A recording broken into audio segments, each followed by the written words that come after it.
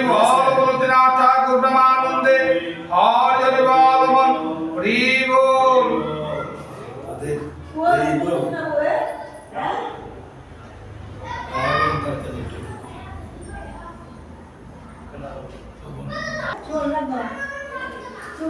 জমি চাষ করতেছে এমন সময় নাঙ্গলের পালে করে একটা ডিম বাইসা উঠছে।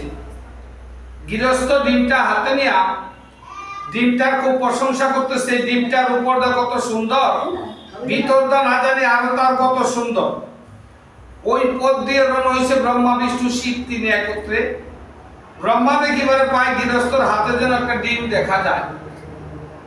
গৃহস্থকে ব্রহ্মা ডেকে ডেকে বলতেছে, হে গৃহস্থ, আগে প্রভু তোমার হস্তে কি দেখা যাচ্ছে?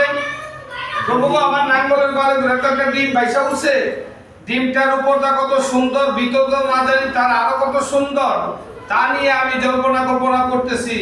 আচ্ছা তোমার ডিমটা দেখতে পারি? হ্যাঁ দেখবেন, তাতে বাধা কিসের? গৃহস্থ থেকে অনুমতি নিয়ে ব্রহ্মা নিজেও ডিমটা খুব প্রশংসা করতেছে, ডিমটা উপরটা কত সুন্দর, ভিতরটা জানি তার আরো কত সুন্দর। গৃহস্থকে বলতেছে, গৃহস্থ তোমার এই ডিম্বটা ভেঙে দেখতে পারি? হ্যাঁ দেখবেন, তাতে বাধা কিসের? গৃহস্থ থেকে অনুমতি নিয়ে ব্রহ্মার যত শক্তি ছিল সমস্ত শক্তি ব্রহ্মা পরীক্ষা করলো, ব্রহ্মা নিজ হস্তে ডিমটা ভাঙতে পারলো না। তখন বিষ্ণু বলতেছে, ব্রহ্মা সাধারণত একটা ডিম্ব তাহা তুমি ভাঙতে পারলে না, দাও দেখি আমার কাছে। বিষ্ণুর যত শক্তি ছিল সমস্ত শক্তি বিষ্ণু পরীক্ষা করে বিষ্ণু নিজে ডিমটা ভাঙতে পারলো না। তখন রয়েছে দেবের দেব মহাদেব, অহংকার করে মহাদেব বলতেছে, ব্রহ্মা বিষ্ণু একজন হয়েছে জগতের সৃষ্টিকর্তা, একজন হয়েছে জগতের পালন কর্তা, দুই কর্তায় মিলে পারলে না তো একটা ডিম ভাঙতে, দেও দেখি আমার কাছে। মহেশ্বরের যত শক্তি ছিল সমস্ত শক্তি মহেশ্বর পরীক্ষা করলো, কিন্তু মহেশ্বরের শক্তিতে ডিমটা ভাঙতে পারলো না। তখন অবাক হয়ে গেছে, এ কি অপরূপ দৃশ্য! সাধারণত একটা ডিম্ব তা আমরা তিন শক্তিতে এক শক্তি ভাঙতে পারলাম না। ব্রহ্মা বিষ্ণু মহেশ্বর তিনই এক, একই তিন, তিনের দ্বারা এই পৃথিবী প্রতিপালন হচ্ছে। তখন তারা অবাক হয়ে গেছে, আমরা তিনে যখন ভাঙতে পারলাম না, আমরা আসেন তো দেখি তিন শক্তিতে এক শক্তি ডিমটা ভাঙতে পারি কিনা। যখন তিন শক্তিতে এক শক্তি হয়ে ডিমটা মারছে চাপা, দুই সাইডে দুই কুষা, তিন মাথা ছয় বাহু, সাথে শঙ্খ চক্র গদা পদ্ম তরঙ্গ ত্রিশূল, স্কন্ধে ভিক্ষার জন্য নিয়ে এক মূর্তি আবির্ভূত হয়েছে। তখন তারা তিনি অবাক হয়ে গেছে, কি অপরূপ দৃশ্য! সাধারণত একটা ডিম্ব, তাহার ভিতরে তিন মাথা ছয় বাহু, সাথে শঙ্খ চক্র গদা পদ্ম তরঙ্গ ত্রিশূল, স্কন্ধে ভিক্ষার জন্য। যাক, জল্পনা কল্পনা করে তারা তিনের থেকে সিদ্ধান্ত নিয়েছে, কলিযুগে তার নাম রাখা হবে ত্রিনাথ। ত্রিনাথ নামে কলিযুগে জীবের ঘরে ঘরে তার নাম প্রচার হবে। ত্রিনাথ ঠাকুরকে সৃষ্টি করে এখন তারা চিন্তা করতেছে, সৃষ্টি যখন করেছি ওনাকে একটা ভালো স্থানে রাখার জন্য একটা চিন্তা ভাবনা করতেছে। তারা ধ্যান করে দেখিবার পায় ওই এলাকায় একটা নদী আছে, নদীর পারে একটা গহীন জঙ্গল আছে, জঙ্গলের পাশে একটা বটবৃক্ষ আছে, বটবৃক্ষের নিচে দিয়ে একটা রাস্তা চলে গেছে। এই রাস্তার নিয়ম হয়েছে দিনের বেলা একা একা কেউ চলাফেরা করে না। ওই স্থানে ভোলানাথ ত্রিনাথ ঠাকুরকে রেখে তারা তিনি অন্তর্ধান হয়ে গেছে। অন্তর্ধামী ত্রিনাথ ঠাকুর মনে মনে চিন্তা করতেছে, ব্রহ্মা বিষ্ণু মহেশ্বর তিনের থেকে উৎপত্তি হয়েছে, আমার নাম রাখেছে ত্রিনাথ। এখন কলিতে যদি প্রচার হইতো, ওই আমার একজন ভক্তের প্রয়োজন, ভক্ত কোথায় পাই? ধ্যান করে দেখিবারে পাই ওই এলাকায় শান্তিপুর গ্রামের নামে একটা গ্রাম আছে, ওইখানে শান্তিরাম নামে একজন দরিদ্র ব্রাহ্মণও আছে। ওই ব্রাহ্মণটা খুব নিষ্ঠাবান ছিল, সে যাজনিক কর্ম, আর তার গৃহের মধ্যে একটি গাই বাছুর ছিল। ওই গাভীতে যতটুকু দুধ দিত ততটুকু দুধ বিক্রি করে তার সংসার প্রতিপালন করত। একদিন ত্রিনাথ ঠাকুর ওই শান্তিরামের গাই বাছুর রাত্রিকালে হরণ করে নিয়ে গেল। রাত্রি প্রভাতকালে শান্তিরাম গোয়াল করে গিয়ে দেখিবারে পায় দরজা জানলা সব ঠিক আছে, কিন্তু তার ঘরে যেন গাই বাছুর নাই দেখা যায়। শান্তিরাম তার মাকে বলতেছে, মা গো মা, সর্বনাশ হয়ে গেছে, গৃহে তো গাই বাছুর নাই। কেরে বাবা, কেমন করে বেঁধেছিলি? হ্যাঁ মা, আগের মতোই তো বেঁধেছিলাম, দরজা জানলা সব ঠিক আছে, কিন্তু গাই বাছুর তো তার ভিতরে নাই। এখন কি করবি? এই গাই বাছুর দ্বারা তোর সংসার প্রতিপালন হয়। এই গাই বাছুর যদি না পাওয়া যায় তাহলে তো আমরা না খেয়ে মরে যাব। তাড়াতাড়ি যা, ছুটে বেড়া, দেখ কোথায় গিয়েছে। শান্তিরামের পরনে ছিল একটা ধুতি, স্কন্ধে একটা গামছা আনয়ন করে মাকে প্রণাম করে ঘর থেকে বেরিয়ে বলতেছে, রাস্তায় যাকে পাচ্ছে তাকেই বলতেছে, ভাই গতকালকে রাত্রে আমার বাড়ি থেকে একটি গাই বাছুর চুরি হয়েছে, এই রাস্তাটা কেউ নিয়ে যেতে দেখেছেন? কেউ আর সন্ধান দিতে পারে না। বেলা যখন অর্ধবাহিত হয়ে গেল, একজন বৃদ্ধ লোক রাস্তায় বসেছে। আর শান্তিরাম মনে মনে চিন্তা করতেছে, বেলা প্রায় অবসন্ন হয়ে আসতেছে, আমি বাড়িতে চলে যাব, গাই বাছুর আর খোঁজাখুঁজি করব না। ওই বৃদ্ধ লোকটাকে বলতেছে, দাদা গতকালকে রাত্রে আমার বাড়ি থেকে একটি গাই একটি বাছুর চুরি হয়েছে, এই রাস্তাটা কেউ নিয়ে যেতে দেখেছেন? ওই বৃদ্ধ লোকটা বলল, দেখেন আপনি এইভাবে যদি গাই বাছুর খুঁজেন তাহলে পাবেন না। এক কাজ করেন, আমাদের এলাকায় বড় একটা গঞ্জ আছে, ওই গঞ্জে চলে যান, যদি চুরে নিয়ে থাকে তাহলে এই গঞ্জের মধ্যে বিক্রি করতে দিবে, তাহলে আপনি ওইখানে গেলে সন্ধান পাইতে পারেন। তখন শান্তিরাম বৃদ্ধ লোকের কথা শুই না, সে হাটে গিয়েছে, হাটে গিয়ে হাজার হাজার গাই বাছুর পেয়েছে, কিন্তু তার গাই বাছুর পেল না। তখন শান্তিরাম মনে মনে চিন্তা করতে করতে, যা হারিয়েছি তা ভালোই হারিয়েছি, যা হয়েছে তাও আজও ভালো হয়েছে, আমি আর গাই বাছুর খুঁজবো না, আমি বাড়িতে চলে যাব। তো শান্তিরাম বাড়ির থেকে গাই বাছুর খুঁজতে বেরিয়েছে এক রাস্তায়, বাড়িতে ফিরতেছে আরেক রাস্তায়। ওই যেই রাস্তায় নাকি তিনার ঠাকুরকে রেখে ওই তিনজন অন্তর্ধান হয়ে গিয়েছিল, সেই বটবৃক্ষের নিচে তার যে রাস্তা, এই রাস্তার পাশ দাঁড়ানো হয়েছে। শান্তিরাম হঠাৎ করে বটবৃক্ষের ডাল দেখিবারে পায়, দেখে মনে মনে চিন্তা করতেছে, আরে আমি তো গেলাম এক রাস্তায়, আসলাম আরেক রাস্তায়, এখন এই রাস্তা দিয়ে তো আমি শুনেছি দিনের বেলা একা একা কোনো মানুষজন চলাফেরা করে না, আমি এই সন্ধ্যা গনিয়ে আসতেছে, আমি কি করে যাই? তখন শান্তিরাম মনে মনে চিন্তা করতেছে, জন্ম হয়েছে, মৃত্যু আমার অনিবার্য, তো এই বটবৃক্ষের নিচে দা দিনের বেলা একা একা কেন মানুষজন চলাফেরা করে না, আমি আজকে তা একটু পরীক্ষা করে যাব। গুরুর নাম স্মরণ করে শান্তিরাম ওই বটবৃক্ষের নিচে দা হাঁটতেছে। হঠাৎ করে অন্তর্যামী তিনার ঠাকুর দেখিবারে পায়, কলিতে প্রচার হওয়া তার প্রিয় ভক্ত শিষ্য যেন চলে যায়, দেখা যায়। অন্তর্যামী তিনার ঠাকুর ডাকতেছে, শান্তিরাম শান্তিরাম, শুনে যাও শুনে যাও। শান্তিরাম হঠাৎ করে দাঁড়িয়ে গিয়েছে, দাঁড়িয়ে গিয়ে মনে মনে চিন্তা করতেছে, রে কোথায় কে আমাকে ডাকলো? এদিক সেদিক তাকায় দেখে কোনো মানুষজনের সমাগম নেই, এখন কি করি? আগের দিনে ময়মুর পড়ে বলেছে, এক ডাক দুই ডাক তিন ডাক ভূত পেট থাকে না, আচ্ছা আমি আবার কাক দিব। আবার যখন সামনে একটু অগ্রসর হয়েছে, আবার শান্তিরামকে তিনার ঠাকুর ডাকতেছে, শান্তিরাম শান্তিরাম শান্তিরাম, শুনে যাও, আমি জানি গতকালকে রাত্রে তোমার বাড়ি থেকে একটি গাই বাছুর হারানো গিয়েছে, যদি তুমি এখানে একটা মেলা দিতে পারো তাহলে তোমার হারানো দল গাই বাছুর ফিরে পাবে। শান্তিরাম মনে মনে চিন্তা করতেছে, এখান থেকে আমার বাড়ি অনেক দূর, আমি সারাদিন গাই বাছুরের খোঁজাখুঁজ করলাম, পেলাম না, এখন বটবৃক্ষের নিচে থেকে বলতেছে আমার গাই বাছুর হারানো গেছে, তাহলে গাই বাছুর উনি চুরি করেছে, এখন আমাকে নিধন করার জন্য মনে সবার আগে আইসা এই রাস্তায় বৈশা বসি। যাক, জন্ম যখন হয়েছে মৃত্যু হবে, এই কথা মনে মনে চিন্তা করে আবার গুরুর নাম স্মরণ করে সে বলতেছে, আচ্ছা আপনি কে? ভূত না পেট না দেব না দানব না মনুষ্য? তিনার ঠাকুর প্রতি উত্তর বলতেছে, আমি ভূত না পেত না দেও না দানব না মনুষ্য না, আমি কলিযুগে অবতীর্ণ হয়েছি, আমার নাম রেখেছে ত্রিনা। যদি তুমি এখানে এসে তুমি একটা মেলা দিতে পারো তাহলে তোমার গাই বাছুর অবশ্যই তুমি ফিরে পাবে। শান্তিরা মনে মনে চিন্তা করতেছে, বিশ্বাসে কৃষ্ণ মিলে তর্কে বহুদূর, তর্ক আমি করব না।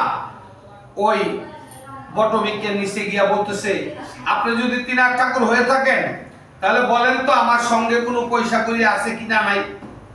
বাবারে, তোর সঙ্গে কোনো পয়সা করি নাই, আর এই মেলা দিতে বেশি টাকা লাগে না। তুই দেখ, নদীর পাড়ে একটা চেঙ্গা সোবা গাছ আছে, চেঙ্গা সোবা গাছের নিচে 3টি পয়সা আছে। 3টি পয়সা নিয়ে বাজারে যাবি, 1 পয়সার তৈল কিনবি, 1 পয়সার সিদ্ধি কিনবি, 1 পয়সার পান সুপারি কিনবি। 3 পয়সা সদাই এনে তুই এখানে একটা মেলা দিতে পারবি। তুই মেলা দিলে তোর হারানো দল ফিরা পাবি। শান্তিরা মনে মনে চিন্তা করতে চাই, রে চেঙ্গা সোবা শুনেছি হাতিটাই না তুলতে পারে না, আমি মানবে কি করে তুলি। যাক, তিনার ঠাকুরের নাম নিয়া ওই নদীর পাড়ে গিয়েছে, গিয়ে দেখে চেঙ্গা সোবা একটা গাছ আছে। চেঙ্গা সোবের গাছটা যখন টান দিয়েছে, দুব্বা লাগার মতো পয়সা এসে পড়ছে। 3টা রূপার পয়সা জগজগ করতেছে। ওই 3টা পয়সা হাতে নিয়া শান্তিরাম বাজারের উদ্দেশ্যে রওনা হয়েছে। বাজারে গিয়ে 1 পয়সার পান সুপারি কিনেছে, 1 পয়সার সিদ্ধি কিনেছে। এখন পয়সা হইছে একটা, সদাই করতে হয় তার আরেকটা। এখন তেল কিনলে ভাণ্ড কিনতে পারে না, ভাণ্ড কিনলে তেল কিনতে পারে না, কারণ তার সাথে কোনো তেল আনার ভাণ্ড বাসন ছিল না। এক দোকানদারে গিয়ে বলতেছে, এই দোকানদার 1 পয়সার তেল দাও। কয় ভাণ্ড দাও। কয় আমার সাথে ভাণ্ড নাই, এই গামছাটা আছে, গামছার মধ্যে দিলে দাও, না দিলে আমার কিছু করার নাই। দোকানদারে তারে পাগল পাগল কইরা দূর করে হারিয়ে দিচ্ছে। মনে মনে চিন্তা করতেছে, জন্ম দিয়েছে মায়, কর্ম করে বড় করেছে আমার বাবায়, আজকে 1 পয়সার তেল নিতে এসেছি, এই দোকানদারে আমারে বলতেছে আমি নাকি পাগলের ঘরে পাগল।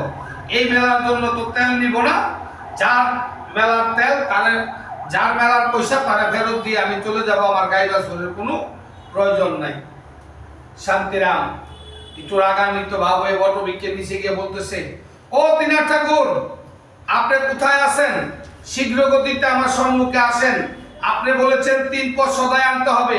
আমি বাজারে গিয়ে দেখি 3 পয়সা সদাই না 4 পয়সা সদাই আনতে হয়, কারণ আপনি আমাকে তেল আনার কোনো ভাণ্ড বাসন দেন না। এখন তেল কিনলে ভাণ্ড কিনতে পারি না, ভাণ্ড কিনলে তেল কিনতে পারি না। প্রতি উত্তরে বলতেছে তিনার ঠাকুর, কিরে বোকা, তোর সঙ্গে কোনো গামছা কাপড় ছিল না? গামছা ছিল, কিন্তু দোকানদারের কাছে চাওয়া মাত্রই আমি নাকি পাগলের ঘরে পাগল কই আমার দূর করে তাড়ায় দিছে। আর যা যা, সৎ কাজে শত বাধা, যদি বাধা অতিক্রম করতে পারিস তাইলে ধর্ম করা যাবে। আবার যা, যদি তিনার ঠাকুরের কৃপা থাকে তাহলে করে গামছাতে কোনো না কোনো দোকানদার তেল দিবি। কথা বিশ্বাস করে আবার গিয়েছে। প্রথম যে দোকানে গেছে ওই দোকানগুলো বাদ দিয়ে আর অন্য দোকানগুলোতে গিয়ে বলতেছে তেল দেন 1 পয়সা, আর ভাণ্ড দেন, দিতে পারে না, গামছা বিছায় পাগল পাগল করে তার দূর করে খেদা দিচ্ছে। এখন ওই বাজারের নিয়ম ছিল সন্ধ্যা 7টার পর কোনো দোকানপাট খোলা থাকতো না। শান্তিরাম পিছনে তাকায় দেখিবারে পায় একে একে সামনে যাচ্ছে আর পিছনের দোকান বন্ধ হচ্ছে দেখা যায়। শান্তিরাম কয় সর্বনাশ হইছে, আমি যেই দোকান থেকে তেল চাই আসলাম সেই দোকানই বন্ধ হয়ে যাচ্ছে। যদি আমি কোনো দোকানদার থেকে আজকে তেল না পাই, আমি তো মেলাও দিতে পারবো না, গাই বাছুরও ফিরে পাবো না, আমি তো আমার নিজের গৃহ যাইতে পারবো না। তখন বলতেছে, যাক, ওই বাজারের একটা দোকান ছিল, তার নাম ছিল ঠক মুদি। সকল দোকান যখন বন্ধ হইতো সে ওই দোকান খুইলা মানুষকে ঠগাইয়া সে অর্থ রাখতো এবং সদাই বিক্রি করত। শান্তিরাম মনে মনে চিন্তা করতেছে, আমরা বিক্রির নিচে দেখা যায় একটা টং দোকান, এইটাই মনে হয় আমার আজকে শেষ ভরসা। এই দোকানদারে যদি তেল না দেয় তাহলে আজকে আমার শূন্য হাতে বাড়িতে ফিরতে হবে। যাক, তিনার ঠাকুরকে ডাকতেছে আর মনে মনে চিন্তা করতেছে, তিনার ঠাকুর, যদি তুমি সত্যিকারের তিনার ঠাকুর হয়ে থাকো তাহলে যেন আমি ওই দোকান থেকে তেল পাই। ওই দোকানে নিয়ম ছিল, তার একটা 12 বছরের ছেলে ছিল। প্রতিদিন ওই ছেলেটাকে তার বাবা দোকানটা পাইতা দিয়া ধূপবাতি দিয়ে সে পিছনে যাইতো রাত্রে রান্না বাড়া করার জন্য, আর ছেলেটা দোকানদারি করত। গিয়ে শান্তিরাম বলতেছে, এই দোকানদার 1 পয়সা তেল দাও। ছোট ছেলে, সে বলতেছে বান্ড দাও, কয় গামছার মধ্যে দাও।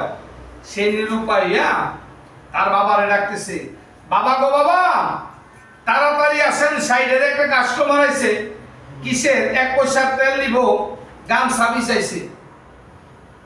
তার বাবা প্রতি উত্তরে বলতেছে, কিরে এতদিন দোকানদারি করেছিস, বুঝিস নাই সুঙ্গা রান্না উল্টাইয়া সুঙ্গার তলির মধ্যে যদি দুধ তেল ধরে কোন রং যদি গামছার মধ্যে ঠেয়াইয়া পয়সাটা রাইকা তার বিদায় করে দিই। পিতৃব্যয় অমান্য করতে পারে না। যেভাবে তার বাবা বলেছে, আগে ছিল বাসের সুঙ্গা, সুঙ্গাটা যখন উবুত করেছে 2.5 তেলের টাকা তার বাবা ভরে দিয়ে গেছে। ওই তেলের টাকের থেকে ওই সুঙ্গার তলির মধ্যে তেল ঢালতেছে, কিন্তু সুঙ্গার তলি আর ভরতেছে না। এমনি ভাবে 2.5 তেলের পূর্ণ মাত্রা তেলটুকু যখন সুঙ্গার তলি ঢেলেছে, সুঙ্গার তলি তো আর ভরে নাই। তখন বলতেছে, আবার তার বাবাকে ডাকতেছে, বাবা গো বাবা, তাড়াতাড়ি আসেন, সুঙ্গার তলি তো আর ভরতেছে না। তার বাবা একটু রাগ হয়ে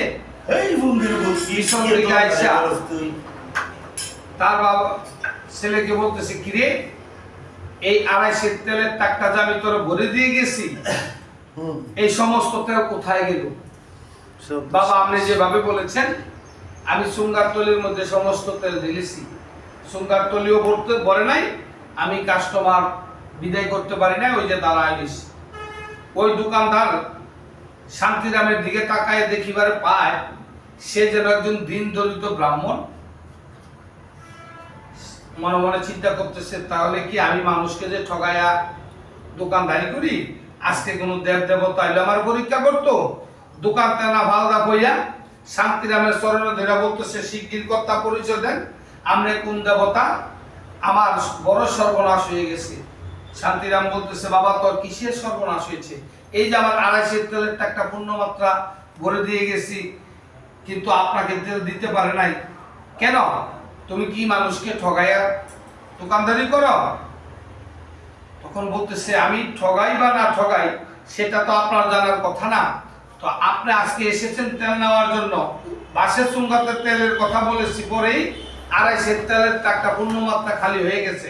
আপনি দেবতা না হইলে এই সুঙ্গার তলি কেন বললো না? বাবারে, আমি এসেছি, কলিযুগে অবতীর্ণ হয়েছে ত্রিনাথ নামে এক ব্রাহ্মণ, ত্রিনাথ নামে এক দেবতা।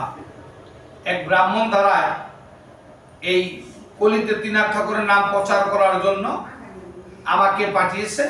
আমি 1 পয়সার তেল নিতে এসেছি। আচ্ছা, এই যে কলিযুগে ত্রিনাথ ঠাকুর অবতীর্ণ হয়েছে, ওনার কাছে কি চাইলে কি পাওয়া যায়?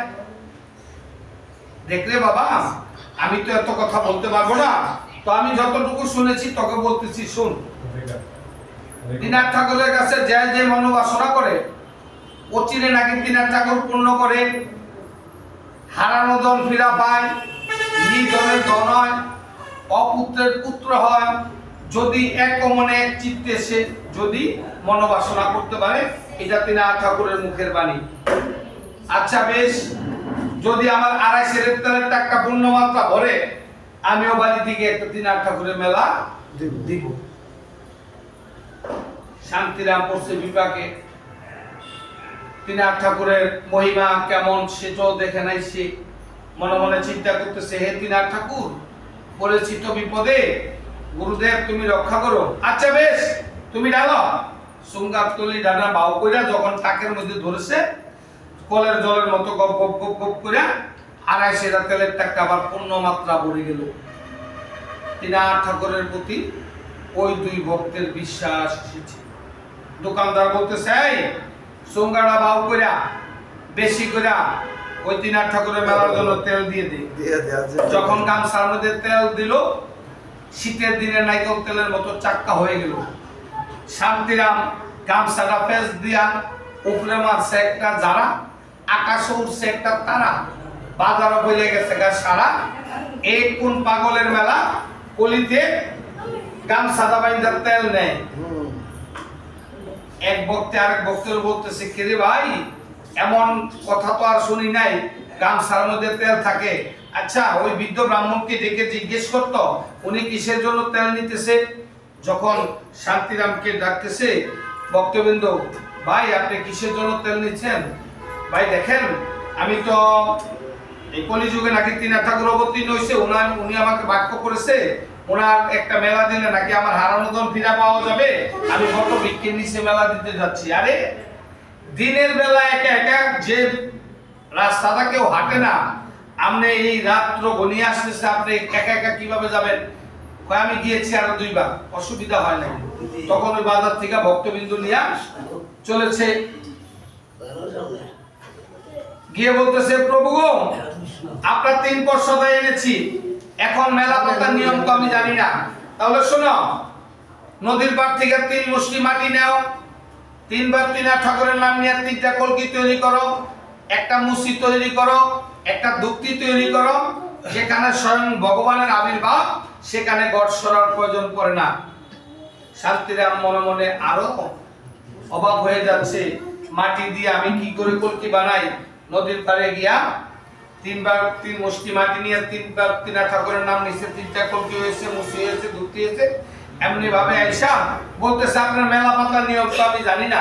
তাহলে শুন, 1 পয়সার বাংশ বাড়ি 3 ভাগে সাজাই দিবি, 1 পয়সার তৈল দিয়া 3টা সদ্যা জ্বালাই দিয়া 1 পয়সা সিদ্ধি 3 ভাগে সমান করে ভাগ করে দিয়ে তিনার ঠাকুরের নামে 3 বার ধ্বনি দিয়ে গুণাগুণ আরম্ভ করবি।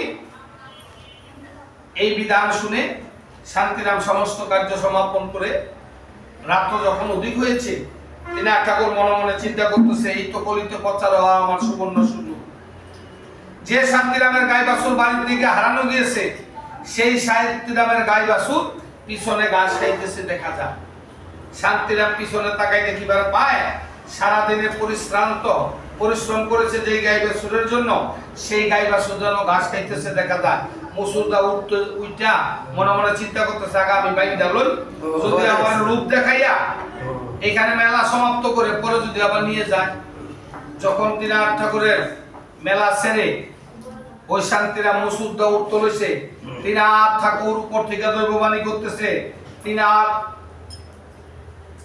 দাঁড়াও শান্তিরাম, যদি সত্যিকার অর্থে এই গাই বাছুর তোমার হয়ে থাকে, এই গাই বাছুর এখানে থাকবে, তুমি এই মেলা ছেড়ে যেতে পারবে না। শান্তিরামের তিনার ঠাকুরের ত্রিভুজ মূর্তি দর্শন করে শান্তিরাম তিনার ঠাকুরের গুণগান আরম্ভ করেছে। রাত্রে কীর্তন অধিক দূরে যায়, গ্রামবাসী স্বামী স্ত্রীকে বলতেছে, কই গো, দিনের বেলা একা একা কোনো লোকজন এই রাস্তাটা চলাফেরা করে না, আজকে বট বৃক্ষের নিচে জানি কোন সাধু মহাজনের আবির্ভাব হয়েছে, দেখো কেমন মধুর গুণগান হচ্ছে, চলো আমরা যাই। তো সকলে সমবেত হয়ে গ্রামবাসী সকলে এসে দেখিবারে পায়, ওইখানে যেন মধুতিনাথ ঠাকুরের গুণগান হচ্ছে দেখা যায়। ওই আসরে তারাও সামিল হয়েছে। এদিকটা রাত্র প্রায় প্রভাত হয়ে আসতেছে, বাতি নিবে না, হঠাৎ করে বাতি নিবে গেছে। 3 বার ধ্বনি দিয়ে মেলা সাঙ্গ করে গ্রামবাসী যার যার গন্তব্যস্থানে চলে গেছে। শান্তিরাম গাই বাছুরটা হাতে নিয়ে তিনার ঠাকুরকে প্রণাম করে বলতেছে, প্রভু গো, এখন আমি আসি। অনুমতি নিয়ে চলতেছে। তো শান্তিরামের বাড়িতে একটা ঝামেলা ছিল, সে 12 বছর হয়েছে বিয়ে করছে, 10 বছরে একটা ছেলে সন্তান আছে। ওই ছেলেটা বুঝের হইয়া তার বাবা তার একদিনও বাবাকে ডাক দিছে না, আর তার ছেলে তার মাকে ডাক দিছে না, আর তার স্ত্রী তার মাকে একদিনও ঠাকুরাই করে ডাক দিছে না। তিনার ঠাকুর গো, গাই বাছুর তো বিদায় দিলাম, যদি অতি সাথের পুত্র অন্ততপক্ষে আমি বাপ ডাকটা ফিরে পাইতাম, আমি আজকে বাড়িতে গিয়ে একটা মেলা দিতাম। এই মনোবাসনা করে সে গাই বাছুর নিয়ে আসতেছে। শান্তিরামের ছেলে ঘুমের থেকে উঠা চোখ 2টা কসলাইয়া তার মা ডেকে বলতেছে, কই গো মা, কই গো ভাই, কাল কাজের টাইম গেছে, টাইম কি আজ গো ভাই ফিরছে না? শান্তিরামের বউ মনে মনে চিন্তা করতেছে, আরে অতি সাধের ছেলে বিয়ে করাইলাম, আজকে 12 বছর হইছে, 10 বছর আমার একটা নাতি হইলো, নাতি ডারে দেখলাম না একদিনও আমার ছেলে ডারে বাবাকে ডাক দিত, আমার পুত্রবধূরে মাকে ডাক দিত, আর আমার ছেলের বউ আমার একদিন ঠাকুরানকে ডাক দিল না। তিনার ঠাকুরে কিবা বলে ওই তার মুখের মধ্যে তার বাবা ডাকটা এসে বসি, মা গো মা, ওই দেখো বাবাই গাইবা শুনিয়া আসতেছে। শান্তিরামের ছেলে যখন ডাক দিয়েছে, শান্তিরামের স্ত্রী ঘর থেকে বাড়িয়া তার শাশুড়িকে ডাকতেছে, থাইলেন গোটাইলেন, তাড়াতাড়ি আসেন, আপনার ছেলে তো গাইবা শুনিয়া আসতেছে। শান্তিরামের মায়ের মনে মনে চিন্তা করতেছে, আরে এক রাত তো ছিল না আমার ছেলে বাড়িতে, এক রাতের মধ্যে আমার ছেলে কি সড়ক পড়ক শিখলো, এক রাতের মধ্যে আমাকে থাইল্যান্ড ডাক পাইলাম, আমার নাতে আমার ছেলের বাপ ডাকতেছে, আজকে ছেলে আসুক, তার কাছে আগে বৃত্তান্ত সকল জানবো। শান্তিরাম যখন বাড়িতে আসলো, মায়ের মন তো সন্তানকে জাবড়িয়ে ধরেছে, ধরে বলতেছে, শীঘ্র বাবা পরিচয়, তুই তাড়াতাড়ি কর, তুই কি করে এই গাই বাছুর ফিরে পাইলি, আর তোর ছেলে 10 বছরের মধ্যে একদিন তোর বাবাকে ডাক দিল না, তোর স্ত্রী আমার একদিন থাইল্যান্ডকে ডাক দিল না, হঠাৎ করে কি হলো রে মাগো। অনেক বৃত্তান্ত, এত কথা বলবো না। এখন কলিতে তিনার ঠাকুর অবতীর্ণ হয়েছে, ওনার কাছে যা চাওয়া যায় তাও পাওয়া যায়। আমি তিনার ঠাকুরের মেলা দিয়ে গাই বাছুর পেয়েছি, আমি আজকে বাড়িতে একটা মেলা দিব। যখন এই কথা বলেছে, শান্তিরামের মা একটু রাগান্বিত হয়ে বলতেছে, গতকালকে সারাদিন বাড়িতে ছিলি না, গাই বাছুরের থেকে দুধ দুয়াইতে পারলি না, সংসারে কোনো বাজার নাই, তুই বলতেছিস আইসা কিসের তিনার ঠাকুরের মেলা দিবি? এই মেলা টেলার দরকার নাই, আগে দুধ দুয়াইয়া বাজারে গিয়া আগে আমাদের ঘরের নিত্য খাবারের জন্য সদাই নিয়ে। এই কথা যখন বলতেছে, তো শান্তিরাম বলতেছে, মাগো, যে তিনার ঠাকুর আমাকে সবকিছু ফিরিয়ে দিয়েছে, আমি তার মেলা মানসিক করেছি, যদি আমি এই মেলা না দিতে পারি মা, আমি আজকে শান্তি পাবো না, তো তুমি আশীর্বাদ করো, আমি এই মেলাও দিতে পারবো, আমি সংসারও প্রতিপালন করতে পারবো। তার স্ত্রীকে বলতেছে, গাই দোয়ানের ভান্ডটা আনো। গাই দোয়ানের ভান্ডটা নিয়া গায়ের বারো মারছে একটা টান, এক টানে তার বালতিটা পরিপূর্ণ হয়েছে। যদি আরো বালতি থাকতো আরো ভরতো। সে মনে মনে চিন্তা করতেছে, অল্পতে সন্তুষ্ট থাকা ভালো। তখন সে ওই দুধটুকু নিয়া তার মাকে গিয়ে বলতেছে, মা গো মা, অন্যদিন আজের থেকে 3 পা দুধ দুয়াইতে মা তার গাম পায়ে পড়েছে, আজকে গায়ের বানে একটা টান মেরেছি, মা গো দেখো বালতি পরিপূর্ণ হয়েছে, তোমরা বাড়িতে সমস্ত কিছু আয়োজন করো, আমি গ্রামবাসীকে নিমন্ত্রণ করে বাজারে দুধ বিক্রি করে আমি মেলা পাতার সদাই এনে এবং সংসারের সদাই এনে আমি একবারে নিয়ে আসতেছি, তোমরা তাড়াতাড়ি আয়োজন করো। এখন পুত্রের কাকতি মিনতি মা তো ফেলে রাখতে পারে না, যা বাবা। তখন তারা বাড়িতে কাজ করতেছে, শান্তিরাম বাজার উদ্দেশ্য হয়েছে, বাজারে যাইতে না যাইতে রাস্তার মধ্যে তার দুধটুকু বিক্রি হয়ে গেছে। 3টা পয়সা আলাদা রাখা, যাকে পাইতেছে তাকেই বলতেছে, ভাই বলিতে তিনার ঠাকুর অবতীর্ণ হয়েছে, ওই তিনার ঠাকুরে আমার বাড়িতে আজকে মেলা দিব অদ্দরজনীতে, তোমরা সকলেই যাইও। যে শুনে সেই বলে, তিনার ঠাকুরের নাম কখনো শুনি নাই, আজকে এই ব্রাহ্মণ বাড়িতে তিনার ঠাকুরের মেলাতে যাব। সমস্ত কার্য সমাপন করে শান্তিরাম বাড়িতে এসে মেলা বাইতে বসে। ওই শান্তিরামের একটা নিয়ম ছিল কি,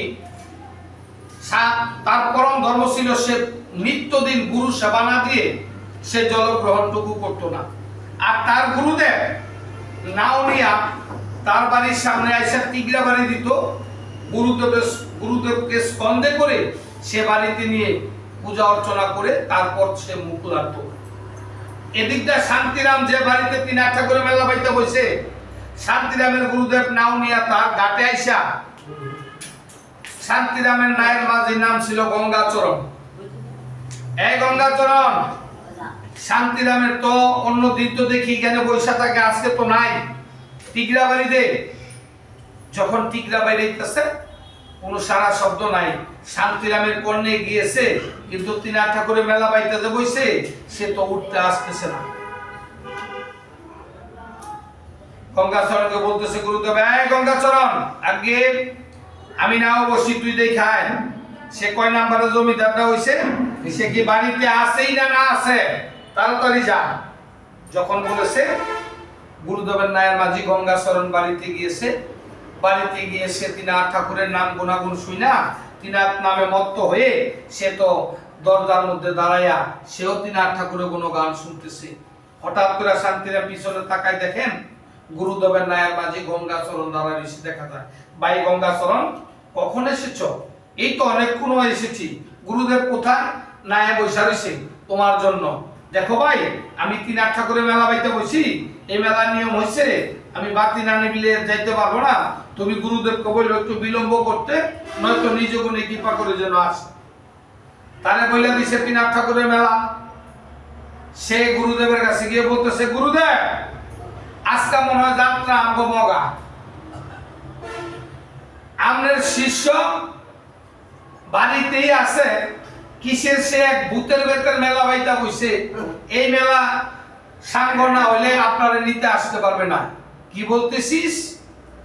স্বয়ং গুরু যেখানে উপস্থিত সে আইসা তারে নিতে সময় পায় না, কিসের ভূতের বেতের মেলা বাইতা বইছে। আচ্ছা, নায়ের মধ্যে তামাক আছে রে? আছে। 1 চুমুক তামাক পর, 1 চুমুক, 2 চুমুক, 3 চুমুক তামাক মেরে যখন মারছে টান, বাম না টানের টান, এমন টান দিছে কলকি ভাইতে হইছে 3 খান। তামাক খাওয়ানোর বন্দোবস্ত নাই। এই গঙ্গাচরণ, তুই নাও গ দেখতে এক কয় নাম্বারের জমিদারটা হইছে। গুরুদেব নায়ের থেকে বালদা বইলে যখন হাঁটতেছে, স্বয়ং গুরু যার বাড়িতে উপস্থিত হবে শিষ্যের মনে অবশ্যই জাগানি দিবে, গুরু আমার দিয়ে এসেছে। শান্তিরাম পিছনে তাকায় দেখিবারে পায় তার গুরুদেব যেন ক্রোধান্বিত ভেসে আসতেছে দেখা যায়। তখন তার বৃদ্ধ মাকে ডেকে ডেকে শান্তিরাম বলতেছে, মা গো মা, গুরুদেব আসতেছে, বসার আসন দাও। তবুও সে উল্টা প্রণাম করলো না। আর বৃদ্ধ মাকে যখন বলেছেন এই কথাটা গুরুদেবের কর্ণ করে প্রবেশ করেছে, তার বৃদ্ধ মাকে বলতেছে, মা গো মা, গুরুদেব আসতেছে, বসার আসন দাও। সে উইটা এসে আমার একটু প্রণাম করলো না। যেই ঘরে মেলা পাইতা বইছে সেই ঘরের মধ্যে না গিয়া তার চুলের মুঠি ধইরা, পাপিষ্টি কুলাঙ্গা, তুই আমার প্রিয় শিষ্য, তোর বাড়িতে জল গ্রহণ না করিয়া কোন শিষ্যের বাড়িতে যাইতাম না। আজকে যখন তুই আমার সমস্ত কিছু ভঙ্গ করলি, আমি তোর মেলা পণ্ড করে দিয়ে যাব। মেলা তো লন্ড বন্ড করে দিয়ে যখন গুরুদেব চলে যাচ্ছে, এদিক দিয়ে পিছনের তাকায় দেখিবার পায় বাতি যেন নিবে নিবে নিবে নাই দেখা যায়। শান্তিরাম বাতি নিবে নাই, উঠতে পারতেছে না। গুরুদেব ক্রোধান্বিত ভেসে চলেছে, আর শান্তিরাম ডাকতেছে, গুরুদেব দাঁড়ান দাঁড়ান। গুরুদেব নায়ের মধ্যে গিয়ে গঙ্গাচরণকে বলতেছে, এই গঙ্গাচরণ, আগে নাও বা রাখেন গুরুদেব, আইসি উজাইয়া দামু বাইতেয়া, আইসি আপনার ইচ্ছায় যাইবেন, আমার ইচ্ছা, আমারও তো এটা জানোই। আরে যা যা, তোর আমি কিছু অর্থ বাড়িয়ে দিব। নাও বাইতেছে, এদিকটা শান্তিরাম পূর্ণাঙ্গ আবার মেলা সাজিয়ে মেলা পেতে বসেছে। মাঝামাঝি শোকের মধ্যে যখন নাও গিয়া লাগছে, গুরুদেবের বাড়ির দিকের থেকে কান্নাকাটি রব শোনা যাইতেছে, আর দোয়া বেদম দোয়া ছুটতেছে দেখা যায়। শান্তিরাম তো মেলা পাইতেই বসে। গুরুদেব বলতেছে, গঙ্গাচরণ রে, আগে এই দেখতো রে, কার বাড়ির দিকে কান্নাকাটি রব শোনা যাচ্ছে। গুরুদেব অবয় দিলে বলতে পারি, হ্যাঁ বল বল, নির্ভয় বল। গুরুদেব সর্বনাশ হয়েছে, আপনার বাড়ির দিকে কান্নাকাটি রব শোনা যায়। হ্যাঁ পাপিষ্টি কুলাঙ্গার, তুই কি বলতেছিস, তাড়াতাড়ি যা। নাও যখন বেয়েছে, মাঝামাঝি ঘাটে লাগাইছে বড়ই, আধা জলে আধা টানে না। গুরুদেব পাল্টা হইয়া বাড়ির চতুসীমানা যখন পাড়া দিছে, মায়ের জুলানে গিয়া দেখিবার পায় তার বিয়ের লায়ক 2টা উপযুক্ত ছেলে ছিল, ছেলে 2টা মারা গেছে দেখা যায়। তার সহধর্মের স্ত্রী ওই ঘরের মধ্যে উঠবস করতেছে, একবারে মুড়া যায়, একবারে মুড়া যায়, জব টপ সব বন্ধ হয়ে গেছে। বাড়ির চতুসীমানা গাছ গাছিলা যা আছে, তার বসত ঘরটা এবং গোবিন্দের একটা বিগ্রহ মন্দির ছাড়া সমস্ত কিছু পুরে সারকার হয়ে যেমন শ্মশান পুরী হয়ে গেছে। হঠাৎ করে গুরুদেব মনে মনে চিন্তা করতেছে এখন কি হলো, এমন তো হওয়ার কথা না। মন্দিরের বারান্দাতে যখন বসেছে, নিদ্রা দেবী তার চোখে ভর করেছে, শয়নে চলে গেছে। ত্রিনাথ ঠাকুর অন্তর্যামী মনে মনে চিন্তা করতেছে, অহংকার করেছিলে শিষ্যের সাথে, আজকে সেই অহংকার প্রতিফলন তোমার ঘটবে। ত্রিনাথ ঠাকুর তিনটা তুলি দিয়ে একটা বৃদ্ধ ব্রাহ্মণের বেশ ধারণ করে একটা যষ্টিকা হাতে নিয়ে রাত্র প্রভাতকালে গুরুদেবের বাড়িতে এসে বলতেছে, গুরুদেব বাড়িতে আছেন গুরুদেব। হঠাৎ করে গুরুদেবের ঘুম ভেঙেছে। কে? আমি একজন বৃদ্ধ ব্রাহ্মণ, গতকালকে একাদশী করেছি, আজকে আপনার বাড়িতে তো গোবিন্দের বিগ্রহ মন্দির আছে, সেই মন্দিরে আমি একটু প্রসাদ পাওয়ার জন্য এসেছি। ও, আপনি আমার ভাই পানোরামারাইতে নাইছেন। এই কথা যখন বলেছে তখন বলতেছি, এইভাবে বলতেছেন কেন? আমি তো এসেছি আপনার বাড়িতে একটু পান্নার প্রসাদ পাওয়ার জন্য। আপনি আর কোনো বাড়ি পাইছেন না? আমার বিয়ে হয় দুইটা ছেলে ছিল, ছেলে দুইটা মারা গেছে। আমার সহধর্মিণী স্ত্রী, সেও যায় যায় অবস্থা, আমার বাড়িটা পুরোপুরি শ্মশানে পরিণত হয়েছে। আপনি এইটা দেখেও আমার বাড়িতে এখন আপনি পান্না করতে নাইছেন, আপনি অন্যদিকে যেই রাস্তায় এসেছেন সেই রাস্তায় চলে যান। কেন? আপনি কি শাস্ত্রে জানেন না, কলিযুগে পিতার আগে পুত্র মরতে পারে না? গুরুদেব অবাক হয়ে গেছে, কি বলেন? হ্যাঁ, কলিযুগে যদি পিতার আগে পুত্র মরে তাহলে বুঝবেন পিতার পাপের ফলে তার পুত্র সন্তান ক্ষয় হয়ে তার পাপ মোচন হয়েছে। আচ্ছা, এখন আমার কি উপায় করতে পারি, আমার বংশকুলকে রক্ষা করবে? হ্যাঁ, একটা রাস্তা আছে। যদি আপনি গতকালকে রাতে যে শিষ্যকে অপমান করেছেন, যার মেলা লন্ড বন্ড করে বেরিয়ে এসেছেন, সেই মেলা কলকিপুরা বর্ষ, একটু ঘটের জল, একটু প্রসাদ আর আপনার প্রিয় শিষ্যকে যদি আপনার বাড়িতে আনতে পারেন, তাহলে আপনার বংশকুল রক্ষা হওয়ার সম্ভাবনা রয়েছে। দেখেন, আমি কাকে রেখে যাব? আমি তো একজন ব্রাহ্মণ, আর ব্রাহ্মণের মরা শূদ্র ছুঁতে পারে না, শূদ্রের মরা ব্রাহ্মণ ছুঁতে পারে না। আচ্ছা বেশ, আমি যখন ব্রাহ্মণ, আপনিও ব্রাহ্মণ, আমি আপনার বাড়ি পাহারা দিচ্ছি, আপনি গিয়ে আপনার শিষ্যকে নিয়ে আসেন, আমি ততক্ষণ এই বাড়ি পাহারা দিব। যাক, নাও নিয়া গুরুদেব নাও বাইতেছে, এদিকটা শান্তিরাম মেলা সাঙ্গ করে শান্তিরাম মনে মনে চিন্তা করতেছে, এই জগতে গুরু অপরাধী, আমি গুরু অপরাধীদের জগতে কারো মাপ দেওয়ার সাধ্য নাই, আমি গুরুদেবের কাছে যাব। তখন সে হস্তে করে একটু কলকিপুরা বর্ষ, একটু প্রসাদ, একটু ঘটের জল নিয়ে সেও গুরুদেবের বাড়ির উদ্দেশ্য রওনা আসছে। তখন মনে মনে চিন্তা করতেছে, গুরুদেবকে বাড়িতে পাই বা না পাই, এখন আমি কি করি? গুরুদেব যদি মাপ না দেয়, জগতে কারো মাপ দেওয়ার সাধ্য নাই। কারণ কৃষ্ণ রুষ্ট হলে গুরু রাখিবারে পারে, গুরু রুষ্ট হলে কৃষ্ণ রাখিবারে না। তাহলে এদিকটা পাগলের মতো গুরুদেব যে নাও বাইয়ে আসতেছে, আর শিষ্য শান্তিরাম নাও বাইয়ে যাইতেছে। হঠাৎ করে দেখিবারে পায় তার প্রিয় শিষ্য শান্তিরাম যেন তার বাড়ির দিকে আসতেছে। তাড়াতাড়ি ডাকতেছে, গুরুদেব, বাবা শান্তিরাম, শান্তিরাম, শুনে যাও। হঠাৎ করে মনে মনে চিন্তা করতেছে, আরে গুরুদেব এই রাত্রি প্রভাতকালে কোথায় যাচ্ছে? পাগলের নেই। গুরুদেব কোথায় যাচ্ছেন? বাবারে, আমি তোর দিয়ে যাচ্ছি। কেন? আরে আমার বাড়িতে সর্বনাশ হয়েছে। কি হয়েছে? তোর মা গোসা যায় যায় অবস্থা, তোর গুরু ভাই দুইটা মারা গেছে, বাড়ি ঘর পূজা সারকার হয়েছে। কেন? তো বাড়িতে আপনি কাকে রেখে আইছেন? কয়েকজন বৃদ্ধ ব্রাহ্মণ গতকালকে একাদশী করেছে, আজকে নাকি আমার বাড়িতে এসেছে পান্নার প্রসাদ পাওয়ার জন্য। কি বলতেছেন? এত সকালে এই 2-4 গ্রামের মধ্যে তো কোনো ব্রাহ্মণ বাড়ি নেই। আমার মনে হয় উনি ছদ্মবেশে ত্রিনাথ ঠাকুর এসেছিলেন, ওনাকে দলেই তো আপনি পারতেন না। না, উনি বলেছে আমি না যাওয়া পর্যন্ত উনি আমার বাড়ি পাহারা দিবে। বাবা শান্তিরাম, তুই তাড়াতাড়ি আমার নামে উঠ। যখন গুরুদেব শিষ্যকে তার নামে নিয়েছে, মনে মনে শান্তিরাম গুরুদেবকে প্রণাম করেছে।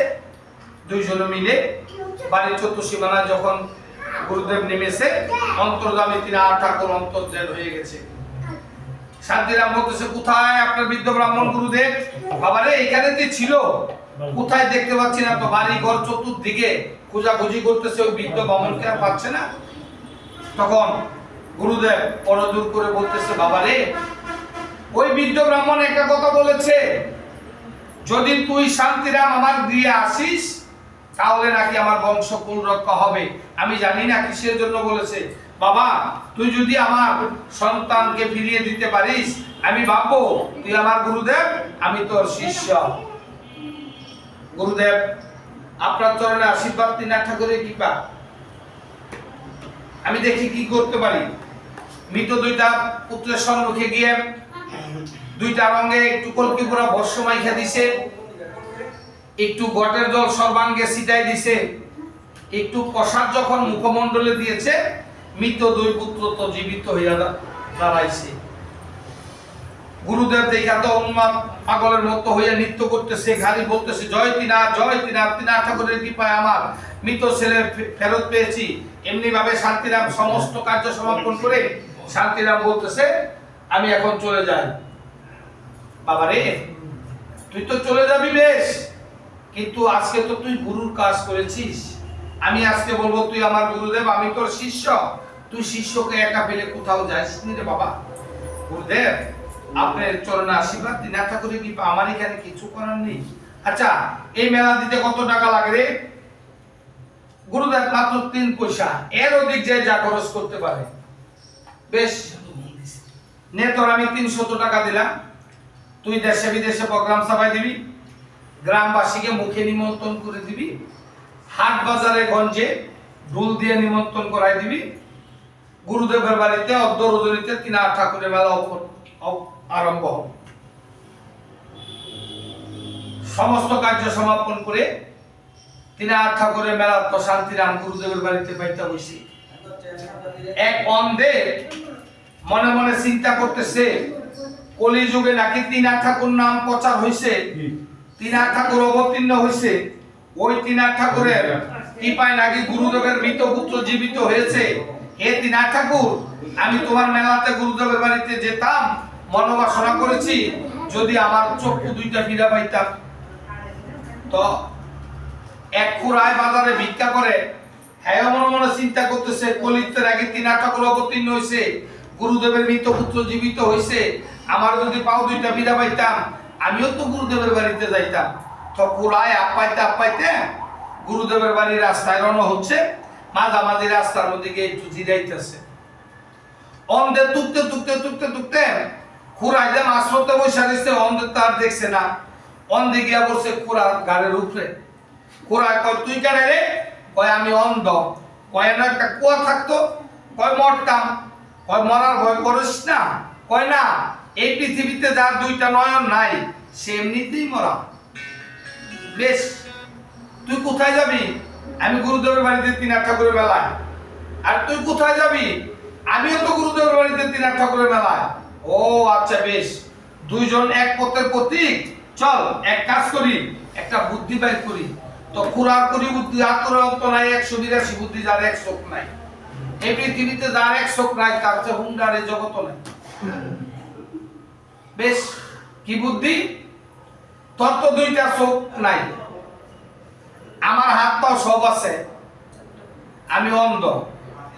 তুই এক কাজ কর, তুই খুরা, তোর তো হাত পাও নাই, আমি অন্ধ, তুই আমার উপরে বল, তুই আমার ডাইনে ভাই কইয়া দিবি, আমি দুজনে মিল্লা আমরা গুরুদেবের বাড়িতে ব্যক্তির আগে দামবা। খুরা মনে মনে চিন্তা করতেছে, হ্যাঁ তো আবার যুক্তিটা খারাপ দিচ্ছে না। অন্ধে মনে মনে চিন্তা করতেছে, হ্যাঁ যে যুক্তি দিল, হ্যাঁ কদ্দুর বাড়ি এটাও তো জানি না। আটায় মিটাই দেয় এই 10-15 কেজি হইব আছে। আচ্ছা, তার স্কন্দে নিয়া খুরায় উপর থেকে ডাইন বায়ু দায় দিতেছে, আর অন্ধে ডারছে আটটাছে। তিনাথ ঠাকুরের যে গুরুদেবের বাড়িতে মেলা গুণগান হচ্ছে, তাদের কর্ণ করে যখন প্রবেশ করতেছে, অন্ধে যেন ঝাপসা দেখতেছে, খুরার যেন হাত পাও দুইটা গজিয়ে আসতেছে। অন্ধে মনে মনে চিন্তা করতেছে, হ্যাঁ লোয়ার সময় লইলাম 10-15 কেজি, হ্যাঁ যেমন অর্ধেক রাস্তা পাইতে দেয়া গেল, হ্যাঁ গেল বাইরা।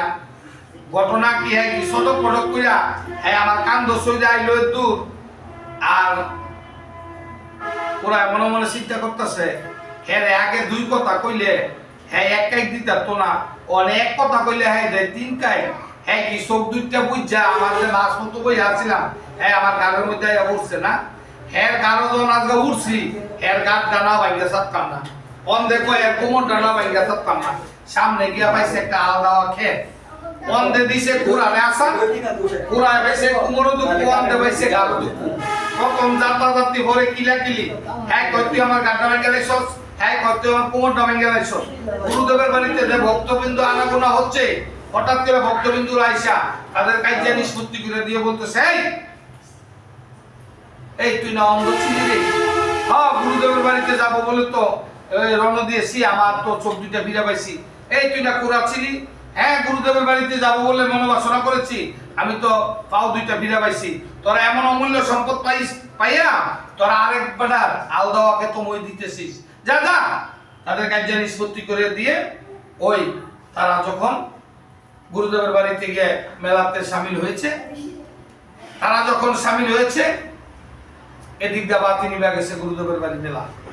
সবার পিছনে ছিল একটা বুবা বসা, সকলে যখন ৩-৮ ঠাকুরের নাম উচ্চারণ করে ধ্বনি দিয়েছে, তো বুবাইও পিছন থেকে ৩-৮ ঠাকুরের নাম উচ্চারণ করে ধ্বনি দিয়েছে। তো বুবাই পাইলো বাস শক্তি, অন্ধে পাইলো চক্ষু দান, কুরায় পাইলো আত্মা। ৩-৮ ঠাকুরের কাছে যায় যে মনোবাসনা করে, ৩-৮ ঠাকুর অচিরেই তার মনোবাসনা পূর্ণ করেন।